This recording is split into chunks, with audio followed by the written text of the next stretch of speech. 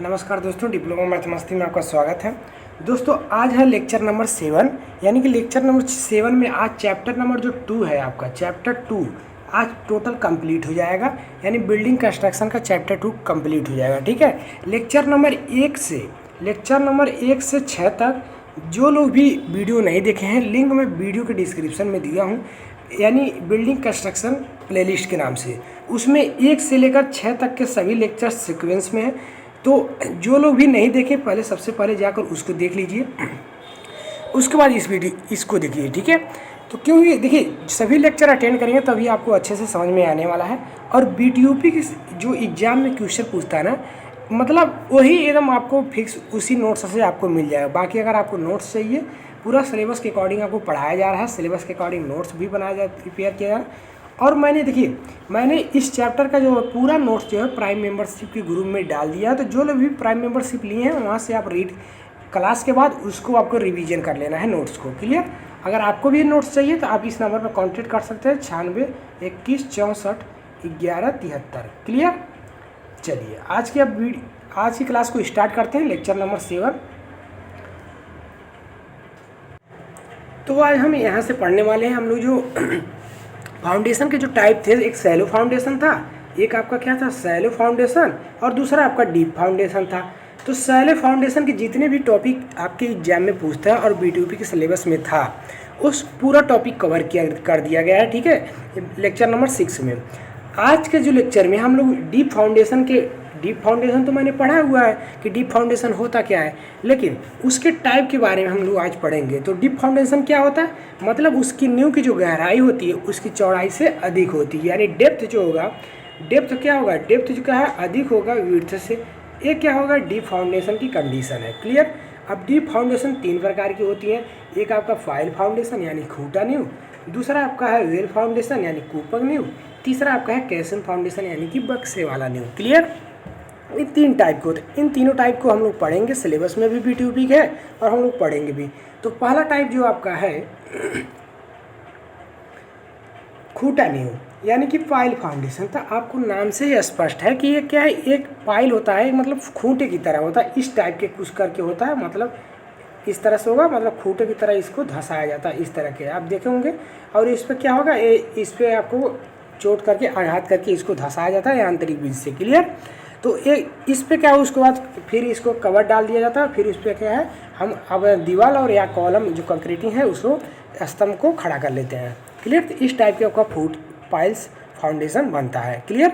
अभी आपको हम 3D फिगर से भी दिखाएंगे पाइल फाउंडेशन कैसे बनता है, बट आइए हम जानते हैं पाइल फाउंडेशन हम कहाँ पर उपयोग करेंगे। क्लियर? चलिए, चूँकि इसका आकार खूंटे की तरह होता है इसलिए इसे हम खूंटे वाली नींव बोलते हैं, इसलिए हम पाइल फाउंडेशन बोलते हैं। इसका निर्माण कमज़ोर मृदा एवं अत्यधिक भारी संरचनाओं के लिए किया जाता है, जहाँ की सॉइल क्या है, बियरिंग कैपेसिटी कम हो, यानी जहाँ की मृदा कमज़ोर हो और अत्यधिक भारी जो संरचनाएँ हैं यानी ओवरलोडिंग जो स्ट्रक्चर है, वहाँ पर क्या है पाइल फाउंडेशन का प्रयोग किया जाता है। ठीक है, इसे आंतरिक विधि द्वारा ज़मीन में धंसाया जाता है, मैकेनिकल मेथड के द्वारा यानी मशीन से इसको क्या है ज़मीन में इसको धंसाया जाता है। क्लियर? ये लकड़ी कंक्रीट, प्रबलित कंक्रीट या इस्पात की हो सकती है, तो किसी भी चीज़ का हो सकता है, या लकड़ी का हो सकता है। तो लकड़ी का कहाँ पर बेसिकली उपयोग होगा कि मतलब हल्के लोडिंग के लिए। ठीक है, और एक कंक्रीट की है, और प्रबलित कंक्रीट और इस्पात की कंक्रीट, इन सभी चीज़ों की हो सकती है। क्लियर? इसका निचला सिरा नुकीला तथा ऊपरी सिरा समतल होता है, तो जैसा कि मैंने आपको भी फिगर में आपको दिखाते हैं। ठीक है, खूंटे की भांति जमीन में धंसाकर इसके शीर्ष पर दीवार या स्तंभ बना दी जाती है। क्लियर? तो यानी कि खूंटे के बाद इसको पहले जमीन में धंसाया जाए, उसके बाद इसके यानी इस खूंटे के ऊपर हम क्या करें, दीवार या स्तंभ चला लेते हैं अपने जो भी हमको ज़रूरत होती है। अब यहाँ पर आप लोग देख लीजिए, ये आपका क्या है खूंटा वाला नींव है, ये आपका क्या है पाइल फाउंडेशन, ये आपका है। ठीक है, एक खूंटा की तरह है ना, देखिएगा एक खूंटा है, तो ये क्या है पाइल्स है, इनको सभी क्या है ज़मीन में इसको धंसाया गया है। क्लियर? और ज़मीन में धंसा गया है, उसके बाद इसके ऊपर ये क्या है पाइल का कैप है, ये बेसिकली कंक्रीट का होगा। क्लियर? तो ये पाइल का कैप है, मतलब पाइल के ऊपर में एक टोपी यानी कि बना दिया जाता है, और इसके ऊपर के हम क्या जो हमको स्तंभ बनाना है, कॉलम बनाना है या दीवार हो, उसके ऊपर हम चला लेते हैं। तो इस तरह से आपका होता है पाइल, चूँकि आपको देखने को मिल रहा हो कि एक खूंटे की तरह, इसलिए इसे हम बोलते हैं ये आपका खूंटा है। इसलिए हम बोलते हैं क्या, पाइल फाउंडेशन बोलते हैं। क्लियर। चलिए, क्योंकि आपका जो क्लास नहीं चल रहा था ना, मुझे हल्का सा जुकाम हो गया था कि इसलिए आपको बोलने में प्रॉब्लम हो रही थी, ठीक है, और छींक टाइप आ रहा था, खांसी भी आ रहा था, तो इसलिए आपकी क्लासेस थोड़ा सा रुक गई थी। अब आप थोड़ा दवा खाया हूँ, रिलैक्स है, चल रहा है, ठीक है। आई होप आपको क्लियर हो गया। सबसे पहले आपको बता दें कि आप लोग वीडियो को लाइक ज़रूर करिए, आप लोग लाइक कर दीजिए, कम से कम इतना मेहनत करके बना रहे हैं, गर्मी काफ़ी है, शूट कर रहे हैं वीडियो, तो ठीक है, तो लाइक कर दीजिए।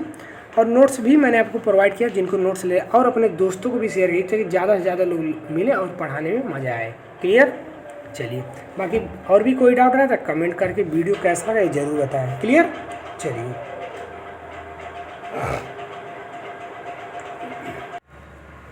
अब हम जानेंगे बिजली की, अब इसकी आवश्यकता कहाँ पर होती है, यानी पाइल फाउंडेशन हम जान लें कहाँ पर लगाते हैं, कैसे बनता है, इसके बारे में हम लोग जान चुके हैं। लेकिन इसकी नीड कहाँ पर पड़ती है कि मतलब नॉर्मली हम पाइल फाउंडेशन उपयोग क्यों करते हैं, मतलब इसका क्या ज़रूरत है, इसके बारे में टोटल हम चर्चा करेंगे। तो आइए जानते हैं। तो पावर फाउंडेशन का निम्नलिखित स्थितियों में करते हैं। तो पहला, जहाँ संकेंद्रित भार आ रहा हो, जहाँ पर आपको कॉन्सेंट्रेटेड लोड आ रहा है। दूसरा, जहाँ की मृदा क्या है, कमजोर हो, ठीक है। जब संरचना पर अधिक संकेंद्रित भार आ रहा हो एवं ग्रिली एवं पटरा नींव बनाना खर्चीला हो, तब हम पाइल फाउंडेशन का निर्माण करते हैं।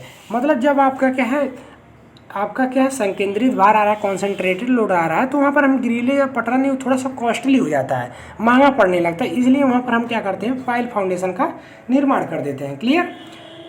इसलिए हम यहाँ पर एक यूज यहाँ पर हो गया। दूसरा, आपका जो आवश्यकता है कि जहाँ पर सॉइल की क्या है, कमजोर हो, बियरिंग कैपेसिटी कम हो, वहाँ पर हम पावर फाउंडेशन का उपयोग करते हैं। थर्ड, जो आपका है जलग्रस्त भूमि, आपको क्या है कि टॉपिक, जितने भी टॉपिक हैं यहाँ पर हाईलाइट किए गए हैं, उनको आपको रटना है, आगे कंटेंट आपको खुद ही पता हो जाएगा, आप अंडरस्टैंडिंग कर लीजिएगा, ठीक है। बाकी जिनको नोट्स बनाना है नोट्स बना सकते हैं, और जिनको प्रिंट करवाना है वो प्राइम मेंबरशिप लेके प्रिंट करवा सकते हैं। क्लियर। जब भूमि जलग्रस्त हो, नदी नालों के किनारे एवं निष्घर्षण की संभावना हो, तब भूमि जल यानी कि नदी नालों के किनारे हो, जहाँ पर क्या है जमी मतलब पानी इकट्ठा होते हैं, ऐसी भूमि के पास वहाँ पर हम पाइल फाउंडेशन बनाते हैं। जटिल संरचना पर, जहाँ पर असमान भार आने की संरचना हो, यानी कि विषम भार आने की संभावना हो, असमान, कहीं पर ज़्यादा भार लोड आएंगे, कहीं पर कम आएंगे, तो ऐसी स्थिति में हम क्या करते हैं, पाइल फाउंडेशन बनाते हैं। क्लियर। चलिए, नेक्स्ट टॉपिक देखते हैं। अस्थिर जल तल, यानी जब क्षेत्र में जल का स्तर तेजी से घटता बढ़ता हो, यानी जब जल का स्तर हो और तेजी से घटे या बढ़े, तो ऐसी स्थिति में भी हम पाइल फाउंडेशन का निर्माण करते हैं। क्लियर। भराव वाली भूमि हो, तो भराव वाली भूमि आपका बियरिंग कैपेसिटी कम होगा, इसलिए मृदा की धारण क्षमता की, मान लीजिए जो आप क्या है फीलिंग किए हैं सॉइल की, तो वहाँ पर क्या लोड, वो फीलिंग किए हैं, स्ट्रक्चर मान लीजिए बना दिए, तो उसमें सेटलमेंट भी तो होगा, यानी कि मृदा की धारण क्षमता के बारे में आपको पता नहीं है, तो ऐसे स्थान पर हम भराव वाली भूमि के स्थान पर वहाँ पर हम पाइल फाउंडेशन बना सकते हैं। तो यहाँ पर ये बात की है, ठीक है। नदी नहरों के किनारे भी आपको क्या है पाइल फाउंडेशन का निर्माण कर सकते हैं। अगर नदी के किनारे है, सीवर है, नहरी किनारे हैं, तो भी आप पाइल फाउंडेशन का निर्माण कर सकते हैं, ठीक है। और काली कपास वाली मृदा में, जहाँ काली कपास मृदा होती है, वहाँ पर भी हम पाइल फाउंडेशन का उपयोग कर सकते हैं। क्लियर। चलिए, पाइल फाउंडेशन आई होप आपको पता चल गया कि क्या होता है, कहाँ पर उपयोग किया जाता है, इन सभी के बारे में आपको पता चल चुका है। अब जानते हैं कूबक फाउंडेशन, वेल फाउंडेशन की तरफ आइए आते हैं। क्लियर। चलिए, तो वेल फाउंडेशन क्या है, आपको ये भी नाम से स्पष्ट होगा। जो वेल फाउंडेशन होता है, यानी कि कुएं वाली नींव, मतलब यहाँ पर क्या है साफ साफ पता है कि वेल मतलब कुआं, वेल फाउंडेशन मतलब कुआं, ठीक है, यानी कुआंदार नहीं होता, यानी इसमें कुआं बनेगा, एक तरह से समझिए, ऐसा फाउंडेशन कुएं की तरह बनेगा, वो वेल फाउंडेशन है। क्लियर। चलिए, इस नींव का निर्माण मुख्यतः जलीय संरचनाओं, बलुआ भूमि, जलग्रस्त क्षेत्रों एवं अत्यधिक भारी संरचनाओं के लिए किया जाता है। तो जहाँ पर क्या है वेल फाउंडेशन, वहाँ पर हम बनाते हैं जहाँ पर जलग्रस्त भूमि है, मतलब जैसे मान लीजिए आपको कोई तालाब में बनाना है, कोई ब्रिज बनाना है, बीच में आपको पायर्स देना है, पावा देना है, ठीक है, तो वहाँ पर क्या है वेल फाउंडेशन हम बना लेंगे। नहीं तो नदी वदी में आप लोग ब्रिज बनते हुए देखे भी होंगे, वहाँ पर भी वेल फाउंडेशन का ही प्रयोग किया जाता है। क्लियर। चूँकि इस नींव का निर्माण कुएं की बात होता है, इसलिए इसे हम कूपक नींव बोलते हैं। तो ये कुएं की बात होता है, इसलिए हम इसको बोलते हैं कूपक नींव बोलते हैं। क्लियर। चलिए, आई होप आपको क्लियर हो गया, नाम से ही स्पष्ट है, आप नाम पढ़िए और इसके बारे में लिख दीजिए। अब इसका निर्माण कैसे होता है, इसके बारे में जानिए। तो कूपक नींव क्या होता है, इस नींव का निर्माण ईंट, चिनाई या सीमेंट कंक्रीट के द्वारा कूप बनाकर किया जाता है। तो इसका जो निर्माण है करना ना, अभी हम आपको 3D फिगर से दिखाते हैं, उसके बाद आपको अच्छे से समझ में आएगा। वीडियो को स्किप मत कीजिएगा, पहले आप थियरी पढ़ लीजिए, अभी फिगर देखेंगे अच्छे से समझ में आ जाएगा। तो ईंट चिनाई या कंक्रीट के द्वारा आप कूपक नींव बना सकते हैं। इसका निर्माण अधिक भार धारण क्षमता वाली मृदा पर भी किया जाता है। क्लियर? जहाँ पर अधिक भार आ रहा है वहाँ पर भी इसका प्रयोग किया। इसके निर्माण में 4 घटक की ज़रूरत पड़ती है जो निम्न है। पहला आपका कर्ब है, दूसरा आपका दीवार है, तीसरा आपका कंक्रीटिंग है, एंड फोर्थ आपका है कैप यानी कि टोपी है। क्लियर? आइए हम जानते हैं, पहले इसको फिगर से देखते हैं कि विजुअल करिए फिगर को, उसके बाद हम इन चारों चीज़ों के बारे में जानेंगे। क्लियर? चलिए, आपको 3D फिगर दिख रहा होगा। इस 3D फिगर की सहायता से आप लोग समझिए इसको। 3D फिगर वेल फाउंडेशन, ठीक है, एक कंपोनेंट ऑफ वेल फाउंडेशन। इस टाइप का आपका वेल फाउंडेशन होता है। देखिए ये आपका क्या, इस कुछ यूँ टाइप होता है वेल फाउंडेशन, और इस पर क्या होता है, एक कैप लग गया होता है ऊपर, मतलब एक कुएँ की बात होता है, बनाते हुए हैं। और ये क्या है, एक ऊपर से क्या है, ढक्कन जो होता है ना कुएँ के ऊपर, वो कैप बना दें, और उसके ऊपर हम क्या कहें, पाया यानी पायर्स जो होते हैं उसको हम मतलब बना देते हैं, और इस पर क्या पूरा स्ट्रक्चर इस पर टिक जाता है। क्लियर? इस टाइप से कुछ बनता है। अब इसके पार्ट की बात कर ले, एक पालक का कर्व बोले थे, ये आपका कर्व होता है। ठीक है, ये आपका कर्व होता है, और नीचे वाला जो बेस होता है, जो कंक्रीटिंग किया गया होता है बेसिकली, इसका जो नाम होता है बॉटम प्लगिंग बोलते हैं, बॉटम प्लगिंग। और ऊपर वाला ये जो होता है ना, ये कैप के नीचे, ठीक है, इसको टॉप बोलते हैं, टॉप प्लगिंग बोलते हैं। क्लियर? और यहाँ पर स्टेनिंग की भी बात कर रहे थे। स्टेनिंग मीन्स क्या होता है, ये जो दीवार हो आपका चलती है ना, कंक्रीट का ही हो, तो कंक्रीट का बेसिकली अभी यहाँ पर है, तो कंक्रीट का ये जो दीवार होती है ना, बीच में क्या, इसी को बोलते हैं स्टेनिंग बोलते हैं। क्लियर? अभी हम लाइन वाले डायग्राम से भी समझाएंगे, क्लियर हो जाएगा आपको। इसको हम क्या बोलते हैं, स्टेनिंग बोलते हैं। क्लियर? ये जो दीवार होती है ना इसका, इसी को बोलते हैं स्टेनिंग बोलते हैं। और अंदर क्या होता है, इतने भाग में क्या होता है, सैंड फिलिंग कर दिया जाता है। क्लियर? और यहाँ पर देखिए जो ये स्टेनिंग होती है, एक कर्व पर टिका होता है। क्लियर? जो स्टेनिंग होती है आपका, ये स्टेनिंग यानी कि जो दीवार होती है वेल फाउंडेशन की, एक किस पे टिका होता है, कर्व पर टिका होता है। क्लियर? और एक कटिंग एज है आपका, ये क्या है, आपका कटिंग एज है। क्लियर? आपको एक फिगर से यहाँ पर देख सकते हैं कि आपका ये क्या है, एक वेल फाउंडेशन यहाँ पर बनाया गया है, कूपक नींव बनाया गया है। तो यहाँ पर भी देख सकते हैं जो ब्रिज बन रहा है, वेल फाउंडेशन इसमें भी यहाँ पर बनाया गया है। क्लियर? और लाइन बाई, और यहाँ पर जो पाइल फाउंडेशन आपको बताया है ना, ये देखिए ये आपका क्या है, पाइल फाउंडेशन है, जो क्या है मैकेनिकल विधि से इसको क्या है, इसमें धंसाया गया है। क्लियर? ये पाइल फाउंडेशन, अब इसके ऊपर से हम क्या है स्ट्रक्चर बना सकते हैं अपना। क्लियर है? Pile foundation. अब ये लाइन वाला डायग्राम्स उसमें हम ऐड करना भूल गए हैं PDF में। क्लियर? बाद में मॉडिफाई करके हम प्राइम मेंबरशिप वाले में डाल देंगे, तो इसको भी देख लीजिए। ये सेम वही है, ये आपका कटिंग एज है कॉर्नर पर, और एक कर्व है आपका जिस पे आपके क्या है, वाल क्या है, टिकी होती है। क्लियर? यानी कि स्टेनिंग जो वाल्स हैं, यानी स्टेनिंग्स, यही जो वाल्स है ना, स्टेनिंग्स है, तो स्टेनिंग्स इस पर टिके होते हैं कर्व पर, और बीच में आपका सैंड फिलिंग कर दिया जाता है। ठीक है? और एक कंक्रीट की होती है, ये एक स्लैब RCC स्लैब होता है, वेल कैप जिसको बोलते हैं। क्लियर? तो इस तरह से होता है, और इसके ऊपर हम पायर्स जो है पावा उसको हम बना लेते हैं, उसके बाद स्ट्रक्चर उस पर बना देते हैं। तो इस तरह से कुछ इसका एडजस्टमेंट होता है। क्लियर? आई बात समझ में? चलिए अब आइए हम अपने टॉपिक पे आते हैं। आई होप आपको पूरा क्लियर हो गया, विजुअल हो गया होगा। ठीक है, फिगर ऐड कर देंगे प्राइम मेंबरशिप में, आपको कोई टेंशन की बात नहीं है, आप लोग देख लीजिएगा। अब कर्व की बात कर लेंगे। कर्व इसके बारे में थोड़ा थोड़ा लिख देंगे, तभी आपको नंबर मिल जाएगा। इसके द्वारा मृदा का कटाव होता रहता है।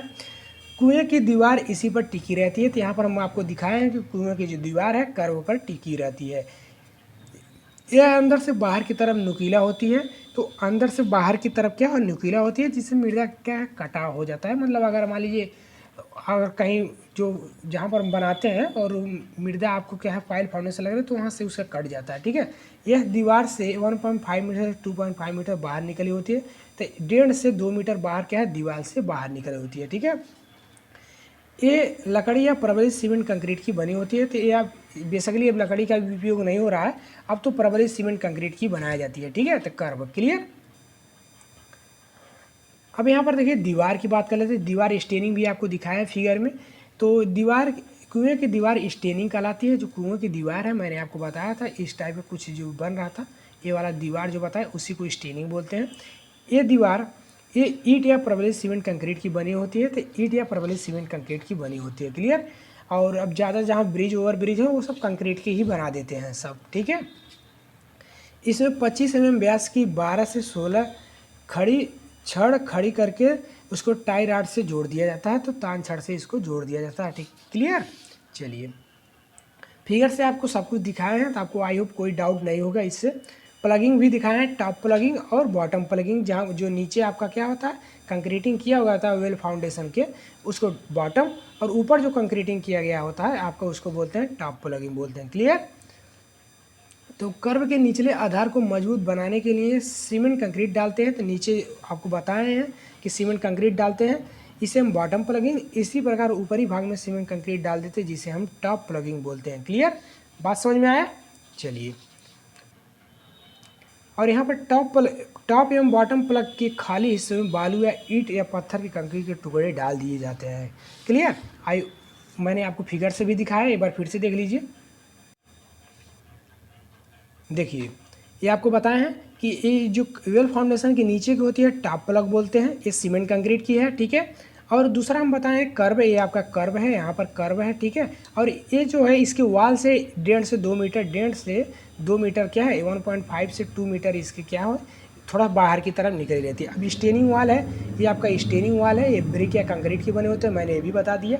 और बीच में, और ये आपका क्या है टॉप वाला है, यानी कि टॉप प्लग होता है जिसको बोलते हैं टॉप प्लग, ये टॉप प्लग है आपका। और बीच में आपका सैंड फिलिंग हुआ है, तो यही मैंने बताया, और यही आपका क्या है लिखना भी है। क्लियर। इसके बाद ऊपर हम आपका कैप डाल देते हैं, वेल का कैप, उसके बाद हम कैप पर हम पायर्स बना देते हैं। क्लियर, क्लियर है ना। चलिए आगे चलते हैं। तो टोपी, अब नेक्स्ट आपका चौथा टोपी है। कुएं के ऊपरी सिरे पर प्रबलित सीमेंट कंक्रीट की स्लैब बनाकर ढक देते हैं। तो आपको भी दिखाया भी है कि ऊपर क्या है, जो कुआं बन जाता है उस पर क्या है सीमेंट कंक्रीट यानी कि एक ढक्कन में यानी ढक दिया जाता है स्लैब। ठीक है, स्लैब डाल दिया जाता है और उस पर ढक दिया जाता है, इसे ही पाइल टोपी बोलते हैं, तो इसे हम पाइल कैप बोलते हैं। इसके ऊपर दीवार या स्तंभ बनाकर अज संरचना से आने वाले भार को नीचे ट्रांसफ़र किया जा सकता है। तो इसके ऊपर क्या है स्तंभ बना लेंगे, पाइल फाउंडेशन इस पर स्लैब डाल दिए, और इसके ऊपर क्या है स्तंभ, और जो भी आपका सुपर स्ट्रक्चर है उसका लोड आप आसानी से ट्रांसफ़र कर सकते हैं। ठीक है, क्लियर। आई होप आपको क्लियर हो गया होगा। अब कैल्शियम फाउंडेशन की बात कर ले। कैल्शियम फाउंडेशन क्या होता है, यह बक्से वाली नींव। अब यहाँ भी आपको नाम से ही स्पष्ट है कि बक्से वाली नींव मतलब फाउंडेशन जो बनाएंगे एक बक्से के आकार का पहले हम फाउंडेशन बना लेंगे इस टाइप के करके। क्लियर। तो कैल्शियम फाउंडेशन जो है आपको क्या है, कैल्शियम फाउंडेशन में क्या होता है कि एक बक्से की तरह हमें आकृति बना लेते हैं, बक्से की क्या है फाउंडेशन का जो शेप होता है उसको बना लेते हैं बक्से का। उसके बाद ये पहले बेसिकली यूज कहाँ होता है, जो वहाँ गहरे पानी हो और वहाँ पर क्या हो बांध बनाना संभव ना हो, जहाँ पर गहरे पानी हो और पानी का प्रवाह चलता रहे मान लीजिए, और पानी निकालना संभव ना हो, वहाँ पर हम कैल्शियम फाउंडेशन इस्तेमाल करते हैं। क्लियर, प्रयोग करते हैं। कैल्शियम फाउंडेशन क्या है, एक बक्से के आकार की फाउंडेशन बनाकर उस पानी में डाल दिया जाता है। देन उसको कैल्शियम जो है आप लकड़ी का भी बनता है और कंक्रीट का भी बनता है। तो आपको क्या है, अब लकड़ी का मान लीजिए बनेगा तो क्या है वो नमी के संपर्क में आए तो ख़राब हो जाएगा। तो इस समय जो बन रहा है वो आपका क्या इस्पात एक कंक्रीट की बन रही है ज़्यादातर। क्लियर। उसको मान लीजिए बनाकर उसको बना देते हैं कि कैसे बक्से की आकृति का, उसके ऊपर क्या है पायल्स जो है बनाए देते हैं, मतलब पावा उस पर खड़ा कर देते हैं। क्लियर, इस टाइप से कुछ बनता है, और उसके अंदर क्या है सीमेंट कंक्रीट भर देते थे, इस टाइप में कुछ बनता है। तो आइए हम जानते हैं पूरा डिटेल में।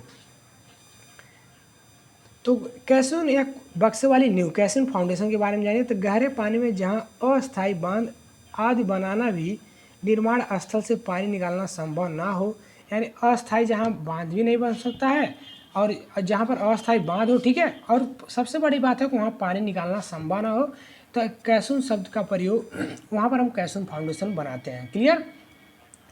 कैल्शियम शब्द एक फ्रेंच शब्द है जिसका अर्थ है बाक्स, यानी कैल्शियम का अर्थ क्या है बाक्स है। कैल्शियम नींव का प्रयोग की जाती है, तो जहाँ पर क्या है पानी निकालना संभव ना हो वहाँ पर कैल्शियम नींव का प्रयोग करेंगे, और कैल्शियम शब्द का अर्थ क्या है बाक्स होता है। क्लियर। कैल्शियम जो है लकड़ी इस्पात अथवा कंक्रीट के जलरोधी तथा अंदर से खोखले बक्से होते हैं। तो कैल्शियम जो होता है क्या लकड़ी का हो सकता है, कंक्रीट का हो सकता है, और स्टील का भी इस्पात का भी हो सकता है। क्लियर।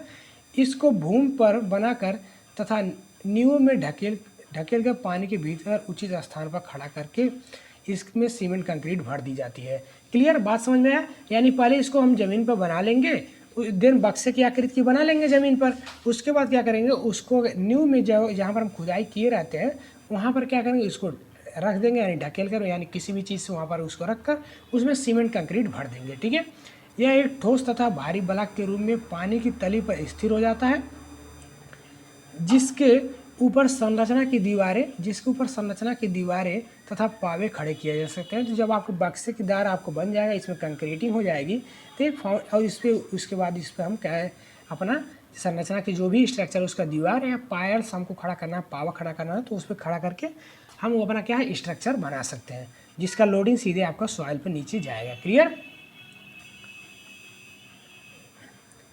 कैसून नींव का प्रयोग गहरी नदियों या समुद्र में गोदी व जलीय संरचनाओं के निर्माण के लिए किया जाता है। तो आपको पहले ही बताया, कैसे जहाँ समुद्र हो यानी पानी चलता हो, आता जाता हो, या नदियाँ हो, गहरी नदियाँ हो, वहाँ पर कैसून फाउंडेशन उपयोग किया जाता है। ये 3 प्रकार की बेसिकली होती है, नहीं 2 प्रकार की होती है, सॉरी यहाँ पर ये 3 प्रकार लिख दिया है, 2, एक बॉक्स कैसून और एक दूसरा क्या है खुला कैसून। क्लियर? नहीं 3 ही प्रकार के हैं, थोड़ा सा मिस्टेक हुआ, सॉरी फॉर दैट। तो एक क्या है बॉक्स कैसून होता है, दूसरा आपका क्या है खुला कैसून होता है, यानी ये 3 प्रकार की होती है, एक बॉक्स कैसून यानी बॉक्स में, एक ओपन कैसून यानी खुला कैसून, और तीसरा एक आता है वातीय कैसून। ये 3 प्रकार की होती है, बेसिकली आप इनका नाम ही जानिए।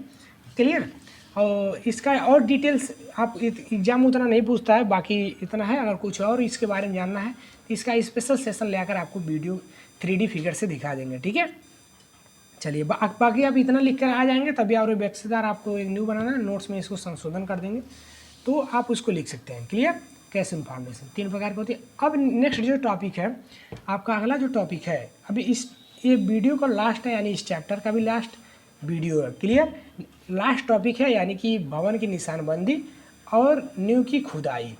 ये 2 टॉपिक और बचे हैं, इसको भी कवर करेंगे। ठीक है, उससे पहले जिसने भी अभी तक लाइक नहीं किए हैं वो तो लाइक ज़रूर करिए। ठीक है, और अपने दोस्तों को शेयर करिए।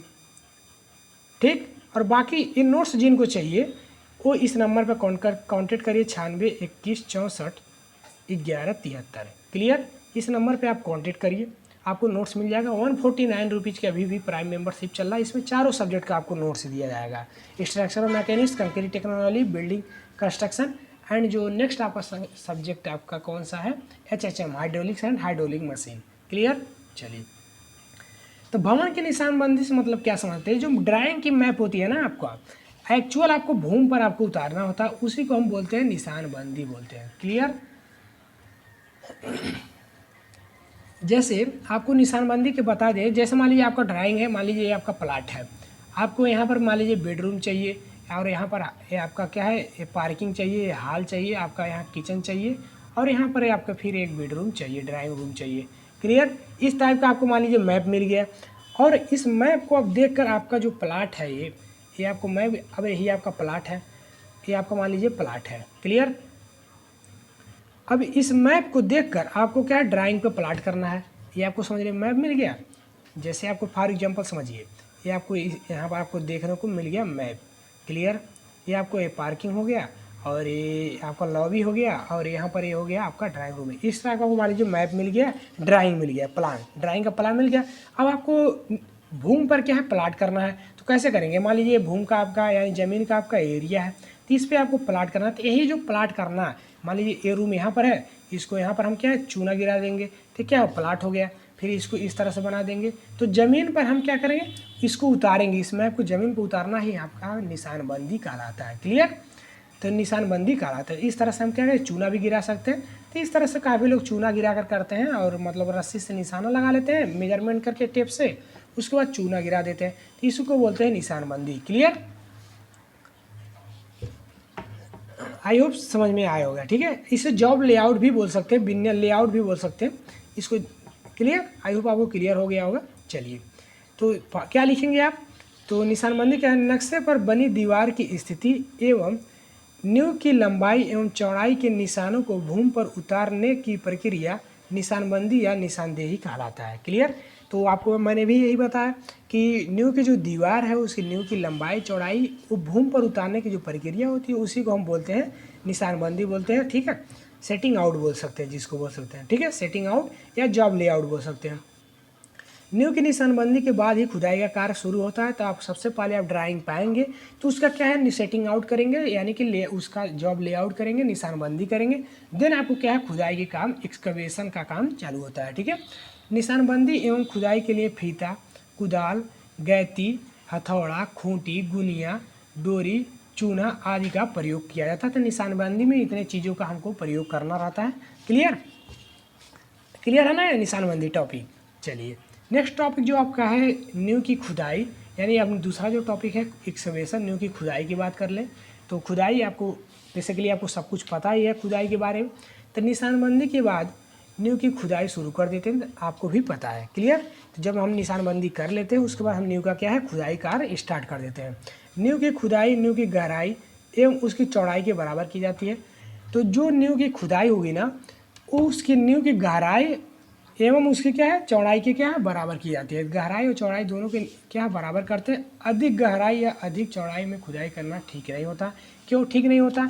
अधिक गहरा अधिक चौड़ा ठीक नहीं, क्योंकि अधिक गहरा कर देंगे तो ऊपर की जो मृदा होगी ना, गहराई में आप खुदाई कर देंगे तो ऊपर वाली जो मृदा अंदर क्या होगी, ये अंदर क्या होगी, गिरेगी। तो जिससे फिर क्या होगा, मिट्टी यहाँ पर फीलिंग हो जाएगी। तो इसलिए ज़्यादा नहीं करना चाहिए। तथा खुदाई कार्य भी महंगा होने लगता है, और खुदाई कार्य भी महंगा होता है, और यहाँ क्या है, डर भी रहता है। नींव खुदाई करते समय गहराई और चौड़ाई की जांच भी कर लेते हैं। तो नींव की जब खुदाई करेंगे तब कितना हमको डेप्थ जाना है, कितना विड्थ जाना है, इसकी भी जांच करते जाते हैं, ठीक है। जांचते इसको जाना चाहिए। क्लियर।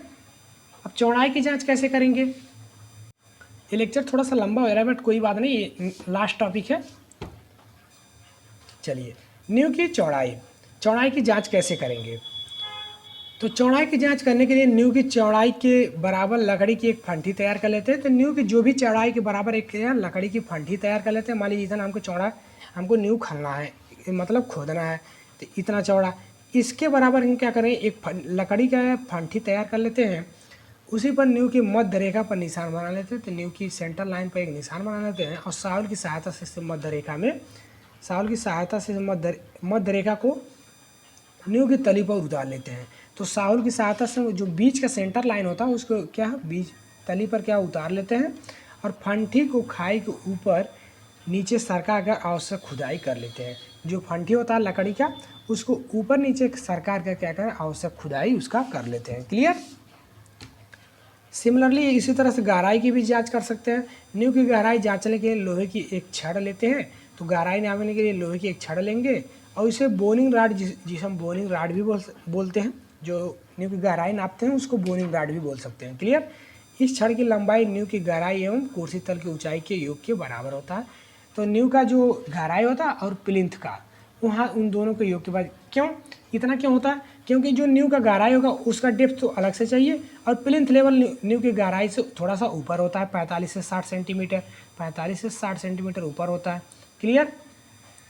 तो ये इसका इतना बड़ा बोनिंग राड हमको लेना पड़ता है, तब हम इसकी क्या है, डेप्थ का जांच कर सकते हैं। क्लियर। आई होप आपको क्लियर हो गया। क्लास लास्ट वाला टॉपिक थोड़ा जल्दी कवर किए हैं क्योंकि कुछ इसमें है नहीं, और थोड़ा सा जुकाम टाइप है तो हमको भी खांसी आने लग रहा है, तो आपका क्लास ज़्यादा लंबा हो गया। बाकी आपको अगर और भी कोई डाउट्स हो तो आप कमेंट जरूर करके बताएं, और वीडियो कैसा लगा ये भी बताएं। क्लियर।